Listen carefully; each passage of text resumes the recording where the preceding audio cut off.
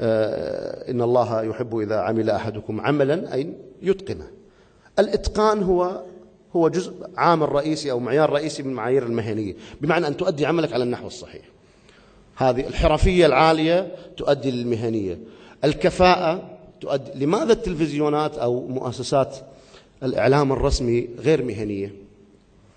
أولا لأنها تحجب الآراء الأخرى ولا تسمح إلا لرأي واحد يظهر. ثانيا أنها لا تعتمد الكفاءة.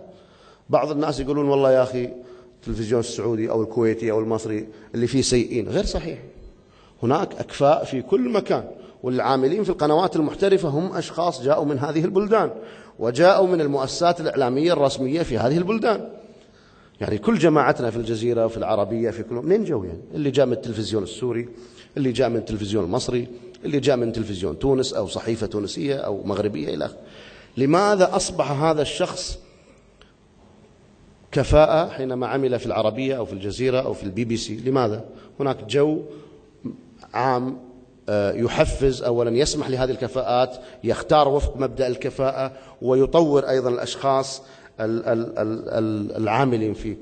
المهنية أيضا لا تعني عدم وجود موقف، لا تعني عدم وجود عاطفة، لكنها تدير هذا الأمر وفق ضوابط معينة ومتفق عليها، ولا يطغى شيء على شيء، بمعنى كأنك تزاوج بين عدة مواد بطريقة جيدة. دور المؤسسات الصحفية في قضية المهنية هو الدور المهم. لو تركوا علي الظفيري يتكلم في هالثورة المصرية يمكن أعلن مش الجهاد، أعلن الثورة مثلا. لكن المؤسسة تضبط هذا الأمر، تعاقبك، تلفت نظرك، توجهك، تضع قواعد تعمل وفقها، وبالتالي لا تتجاوزها. المؤسسات الصحفية هي التي يقع على كاهلها المحافظة على مهنية الأداء بشكل عام. خلونا نتكلم عن يعني تكوين المؤسسات الصحفية. خلينا نقول عندنا بعض العوامل أعتقد المهمة في بناء المؤسسة الصحفية، وهذا الأمر يا أخوان الآن مهم. يعني أنا أردت أن أشير له لأنه الآن مهم. الآن تظهر مؤسسات إعلام في تونس جديدة، وتظهر مؤسسات إعلام جديدة أيضا في مصر، وحتظهر إن شاء الله قريبا في سوريا، وتظهر في المغرب، في أكثر من مكان. حرية الإعلام واضح أنه هناك خشية من قبل المهنيين العاملين في وسائل الإعلام. أنا أظن أحد هؤلاء، خشية أن الأمور تستغل لصالح العهد القديم، أو أن الأمور يختلط فيها التجاري بالسياسي إلى آخره. وبالتالي يجب علينا أيضا كمتلقين أن نعرف هذه الأمور. التمويل، لا يمكن تأسيس أو إطلاق مؤسسات صحفية إلا بتمويل كافي ومعتبر. لا يمكن أن تستقطب صحفي إلا براتب مجزي وعائد مالي جيد. لماذا؟ لا تعرضه للاستقطاب من قبل جهات أخرى. ماذا كان يحدث في التلفزيونات الحكومية أو في الإعلام التجاري أو الحكومي؟ خلينا نقول ماذا كان يحدث؟ كان يتم شراء الصحفيين. أنا أعرف أنه وزارات وجهات حكومية والخطير غير حكومية أيضا ترصد رواتب للصحفيين. علي الظفير يشتغل يعطونا والله 400 دينار 500 دينار، الهدف الأساسي نزل أخبارنا، لكن مش هذا كل شيء. لا، نزل أخبارنا وهناك ما وراء الأخبار، وهناك يتطور هذا الأمر، بمعنى أن لا يصبح هذا الصحفي أسير لهذه الجهة. هذا أمر خطير جدا. إذن التمويل الكبير واحد من شروط بناء المؤسسة الصحفية. التأثير يجب أن يكون واضحا، هذه المسألة تكون واضحة. ما هي الشريحة المستهدفة؟ ماذا تريد؟ ما هي رسالتك؟ إلى آخره. ويجب أن يكون هذا الأمر شفافا بشكل كبير. المعايير أيضا، معايير العمل الصحفي. احنا اليوم في الجزيرة وأنا أعتقد أنه الجزيرة تقييم يعني خلينا نقول محايد قليلا. في الجزيرة الأفضل في ظل الوضع القائم يعني، وليست المثالية. هناك قصور دائم ومشاكل حقيقية، وأعتقد الفترة القادمة ستواجه المؤسسات الكبرى الجزيرة والعربية والبي بي سي مشاكل أكبر، لأنه الإعلام بدأ ينمو في كل الدول. أعتقد أنه المعايير يجب أن تتغير ويتم التشديد عليها بشكل أكبر. كان شعارنا في الجزيرة الرأي والرأي الآخر، فأقول قبل فترة المجموعة من الإخوان المسؤولين إيش قصة الرأي والرأي الآخر؟ خلصنا من الموضوع هذا. اليوم روح الإذاعة في تونس في المغرب كل الآراء تطلع الرأي والرأي الآخر. الرأي والرأي الآخر كان شعارا مناسبا ورائعا في مرحلة التسعينات، لأنه لم يكن هناك سوى رأي واحد، لا يوجد أي رأي آخر. الآن انتهى الأمر، لا، يجب أن تكون هناك شعارات أخرى، يجب أن يكون لديك رؤية أخرى وواضحة، وأيضا هناك ضوابط أكبر. الأهداف يجب أن تكون واضحة بالنسبة للمؤسسات ولا يخلط. طبيعة الإعلام الصحفي يجب أن لا تختلط. هناك مسألتان مهمتان: الإعلام الصحفي هو الإعلام الإخباري الجدي الذي يناقش قضايا المجتمع والسياسة والاقتصاد والرياضة.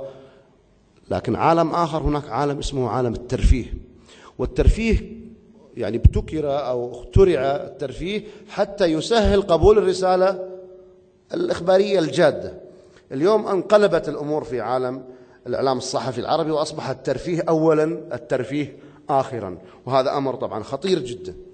الترفيه ليس رسالة يعني أو ليس أمرا هكذا يعني يتم بدون هدف. الترفيه عملية تهدف إلى أشياء ويتم تمويلها بشكل كبير من حكومات، ونعرف مؤسسات يرصد لها 50 و40 مليون دولار سنويا تعطى بدون مقابل من أجل أن تقوم هذه المؤسسات على عملية الترفيه النهائي الذي لا يتوقف، حتى لا يفكر شاب من منطقتنا حولنا وحوالينا يفكر إن شوية سياسة، شوية نقاش جدي، شوية سؤال عن المشاريع، عن الميزانيات، عن الفساد. ما في، كله ترفيه. مسابقة، جيب كذا جيب كذا، ترجم هالمسابقات الأجنبية كلها وقدمها. هذا أمر خطير. الشفافية يجب أن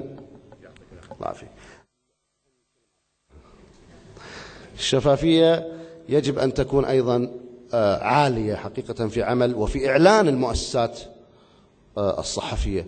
هناك مؤسسات لا نعرف من وراءها، الآن اتركوا المؤسسات الكبيرة المعروفة، نعرف من يقف خلفها، أو الجهات، مؤسسات لا نعرف من ملاكها، كيف يتم تمويلها إلى آخره. هذا الأمر يجب أن يكون معلنا، ورسالة أيضا المؤسسة يجب أن تكون واضحة للجمهور. طبعا بعض النقاط السريعة اللي تمرينا في التمويل: المصدر، الحجم، الهدف، الشفافية، في التأثير، الرسالة خلينا نقول، والجمهور المستهدف. لماذا إطلاق هذه القناة؟ ماذا تريد هذه القناة؟ يجب أن يكون هذا الأمر واضحا. المعايير، هناك عدة معايير: الموضوعية، المهنية، الكفاءة، المصداقية، النزاهة، الاستقلالية أعلى درجة ممكنة، والسرعة أيضا. ما يصير قناة تلفزيونية تجيب لي الخبر اللي يحدث اليوم بكرة مثلا، هذا معيار رئيسي، لكن لا يجب أن تكون السرعة على حساب كل شيء. التوازن وما إلى ذلك. الأهداف يجب أن تكون واضحة ومتطابقة مع العمل. الترجمة، التزام المعايير المعلنة. والشفافية طبعا يجب أن تكون كما ذكرنا في كل شيء. تحدث عن جمهور المتلقين يا إخوان، وأعتقد أنه في فترات سابقة لم يكن متاحا لنا كجمهور أن نعلق على عمل الإعلام، أن نقول هذا الإعلامي يقوم بعمل صحيح أو غير صحيح، هذه المادة الإعلامية جيدة أو غير جيدة. الآن أعتقد الفضاء كله مفتوح، تويتر والفيسبوك والشبكات الاجتماعية، وحتى في مواقع الإنترنت يمكنك أن تعلق، تستطيع أن تتصل. وبالتالي بدأ جمهور المتلقين يؤثر بشكل كبير جدا وقوي على عمل وسائل الإعلام. نحن في الجزيرة دائما لدينا قلق من هذا الموضوع. هناك حملة على الجزيرة مثلا في مصر، هناك حملة على الجزيرة في تونس، حملة على الجزيرة في مثلا، نقد واسع يحدث أن تجتمع إدارات التحرير وتقول ما هي أسباب هذا الأمر. البعض يريد أن يتجاهل أو أن يسخف من الجمهور، هذا غير صحيح. أحيانا يوجه النقد لبرنامج معين، يقال في العمق مثلا هذا برنامج مثلا منحاز بشكل صارخ بشكل فاضح. يجب أن تصل هذه الرسالة، وحينها المؤسسة تقوم بمراجعة جدية وجذرية. يجب أن يكون لدى جمهور المتلقين وعي، مش وعي فقط يعني وعي العام والفكري، لا، وعي حتى في معرفة التفاصيل، كيف تعمل هذه الأمور. لماذا أظهر هذا الخبر على أنه خبر مهم؟ حينما نقول لك في نشرة الحصاد 6 قتلى مثلا في مصر، والخبر الثاني مثلا انفجار في كذا، لماذا الخبر الأول كذا، ولماذا الخبر الثاني، ولماذا الخبر الثالث، ولماذا لم يتم التعامل مع هذا الخبر الذي سنعرفه من مصادر أخرى؟ الانتقائية مهمة جدا. حينما يقبل الجمهور على مؤسسة يرى أنها مطابقة لأهدافه ويحجم عن أخريات، أعتقد أنه يساهم في تصحيح المسار الإعلامي، القدرة على التمييز، الموقف، القبول أو الرفض. بكل بساطة نستطيع أن نقول أن الجمهور، أنت وحدك تستطيع أن تمنح الحياة للمؤسسات الإعلامية، وأنت أيضا من يشيع هذه المؤسسات. ولاحظنا وشاهدنا وتابعنا مؤسسات ظهرت ولم تكن نقية ولم تكن طاهرة، خلينا نستخدم هذا المصطلح، وبعد ذلك بفضل الجمهور، بفضل وعي الجمهور، بفضل متابعة المتلقين واهتمامهم وقدرتهم على التمييز، استطاعوا أن يؤثروا بشكل كبير على هذه المؤسسة، واختفت بشكل كبير. نهاية التسعينات الميلادية، بداية العشرية، كانت عهد ولادة المؤسسات الصحفية، التلفزيون والإذاعة والصحافة، وكان التمويل الحكومي على أشده حقيقة، وكانت هناك يعني حالة سباق كبيرة لإنتاج محطات تلفزيونية بغرض التأثير. وهذا طبعا غرض التأثير جيد، لكن كيف يكون هذا التأثير؟ لصالح من؟ لصالح أي قضية؟ لصالح أي موقف؟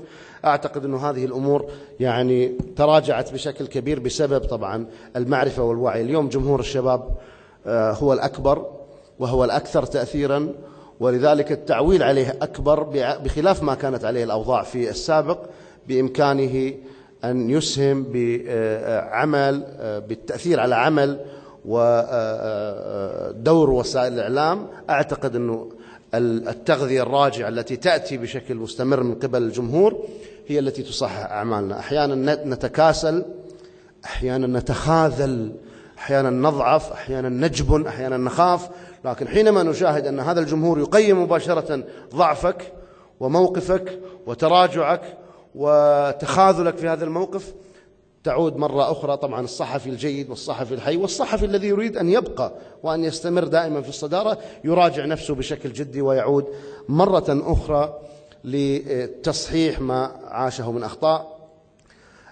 ما يقع على عاتق مؤسسات الإعلام مهم جدا وكبير جدا في الفترة القادمة، وهناك إعلام جديد بحجة الحرية يحارب العهد الجديد. هذا يحدث في مصر وفي تونس بشكل كبير. يعني في تونس أول مرة سلطة سياسية كل الإعلام يهاجمها، كل الإعلام التونسي يهاجمها، يعني حتى لا يريد إعطائها فرصة 6 أشهر أو سنة حتى الأقل يعني تحدث تأثيرا ما في الحياة أو في المشهد التونسي. يهاجمها من اليوم الأول، يعاديها بشكل واضح ومعلن.